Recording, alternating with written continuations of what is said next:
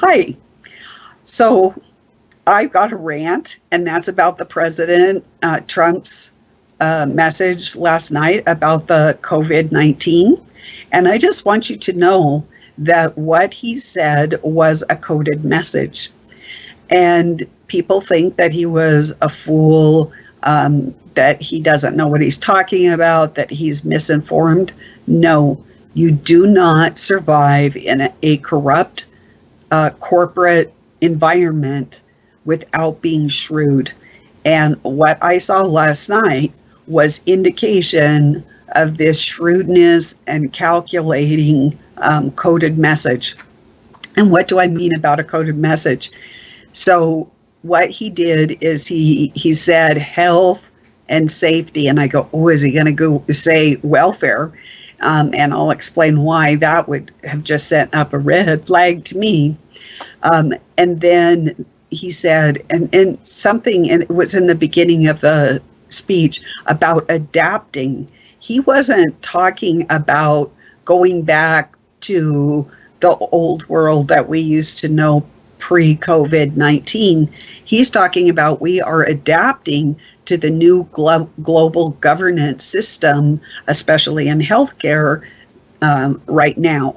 And he wanted the powers that be and the world at large to know that that America was adapting to the new global governance system. But what really got me is when he passed it over to the conversation over to Vice President Pence, who immediately opened his remarks with, for the health, safety, and well-being or welfare. I can't remember which exactly.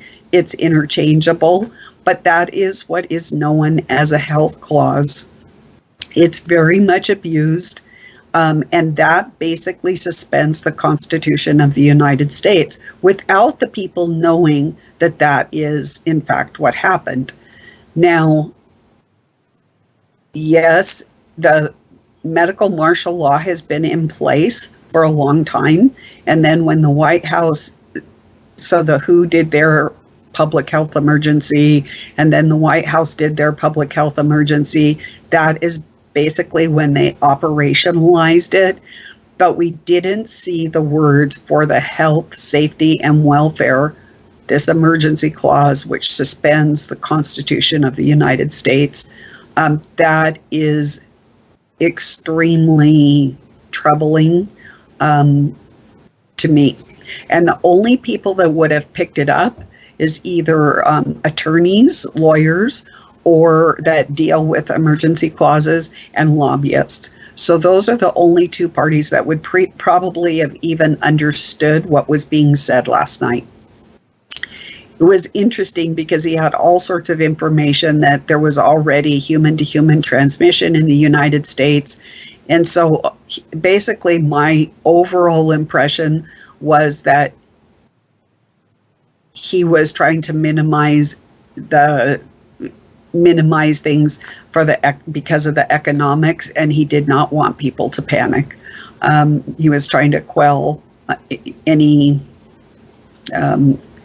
panic, buying, selling, trading, whatever. As far as him being ignorant, did Vice President Pence not know what he was saying? I don't believe for one moment that he did not know and that this was not a coded message. Let me give you an example. So back in biblical times, King David found himself behind enemy lines, and he asked for the sword that he had slew Goliath with, and then he went into the city. It was an enemy city, and just for let's just say it was the mayor, the highest ranking person in that city. So let's, for argument's sake, just say it was the mayor. So David's thinking, I need to be able to survive. These people hate my guts. I killed Goliath, the whole 10 yards. So what am I going to do? So what he did is he feigned ignorance, and he acted like a fool. He acted like he was insane. And so he was drooling and, babbling. And so the mayor, they bring him to the mayor, and the mayor looks at this David, and he's drooling and babbling. And he says, this guy is no threat to us, take him away, get him out of here. And so they did, and David survived. And of course, he became king, and the rest is history, as they say. So I also ran across this in lobbying when we were lobbying against the National Animal Identification System, and there were groups in each state that had dropped the legislation opposing this particular proposed regulation.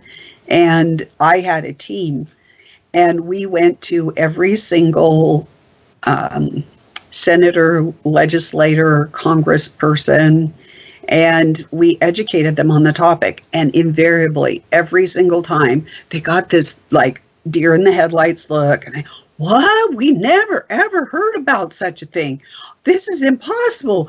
There's no way. But we had canvassed, and we knew that we had talked, and they were talking. There's nothing on the legislative campus or the Hill that not everybody knows about. I mean, talk about wildfires.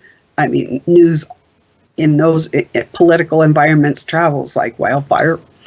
So it was just all theatrics. So don't let anyone fool you. This was cold and calculated. This was a deliberate assault against our Constitution. It was to insert the global governance that I have been talking about.